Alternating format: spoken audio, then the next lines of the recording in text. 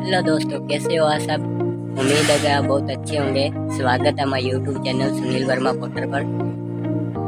तो दोस्तों, जैसा कि मैं आपको बताना चाहता हूँ, ये मेरी वीडियो का सेकंड पार्ट है। फर्स्ट पार्ट आप मेरी नीचे डिस्क्रिप्शन में देख सकते हो।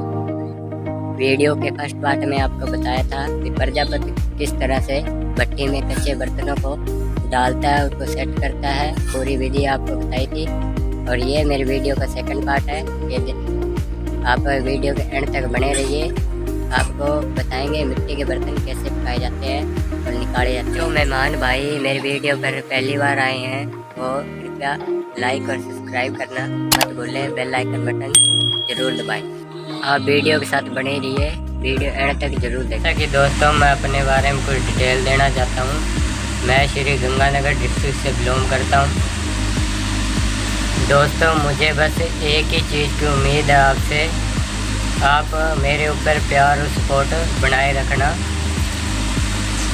तो चलिए दोस्तों, ज़्यादा वक्त जाया ना करते हुए वीडियो को करते हैं स्टार्ट। तो देखिए दोस्तों,